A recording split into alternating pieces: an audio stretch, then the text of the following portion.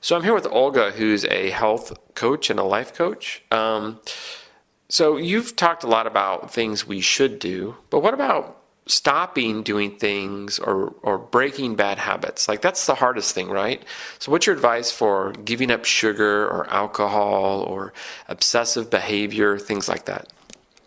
Well, actually, I am not suggesting that people fight with themselves and they avoid or break anything, because that would constitute violence against yourself.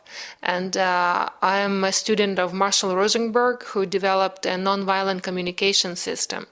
So instead of taking away the bad, you add something good. So you find exciting, fun, new habits that will naturally substitute. Okay, so for example, like let's say you watch too much TV or you're addicted to your smartphone, you would try to, maybe play outside or do something like that. Well, you can develop a lot of new habits and see what works for you. And one of the things that I discovered for myself is that willpower is a very finite resource. We don't have infinite amounts of willpower, so we need to use it very sparingly on short distances. It's not for marathons. So what I suggest when you're establishing a new habit that you feel that is the right habit for you, you need to use a little bit of willpower to repeat it enough times. And usually magic number is 21 days. Really? 21 days? Why 21? I have no idea, but this number keeps popping up from different traditions in East and West, and also psychology. And I saw it in my own practice that it works. Fascinating. So what about, like, let's say you want to give up sugar or you want to give up smoking or something like that, a physical substance. Do you have any tips for that? Yes, one of the easiest things to do is incorporate fermented foods that break up biochemical dependency on sugars, alcohol, and some other addictive substances.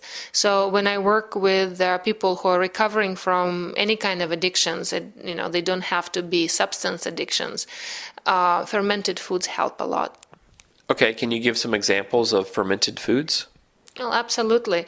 If you just chop up any kind of vegetable, let's say it's cabbage and carrot, so you cut it up, you massage it with salt and some spices until their juice comes out, and you press it down so all the vegetables are covered with its own juice.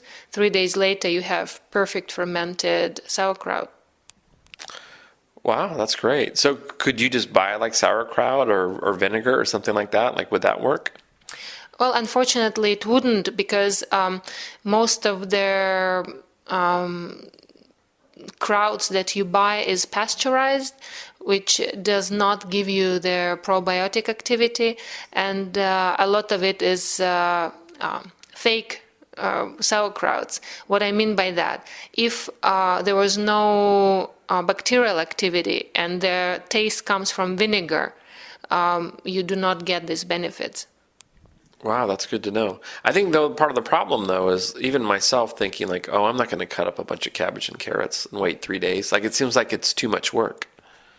Well, it might be, and maybe you can visit a friend who is doing that, or if you have access to farmers market or some natural organic stores, they may provide something that is not pasteurized and prepared the right way. Oh, that's a good idea. Okay, well, thanks a lot. That was some really good advice. Very welcome.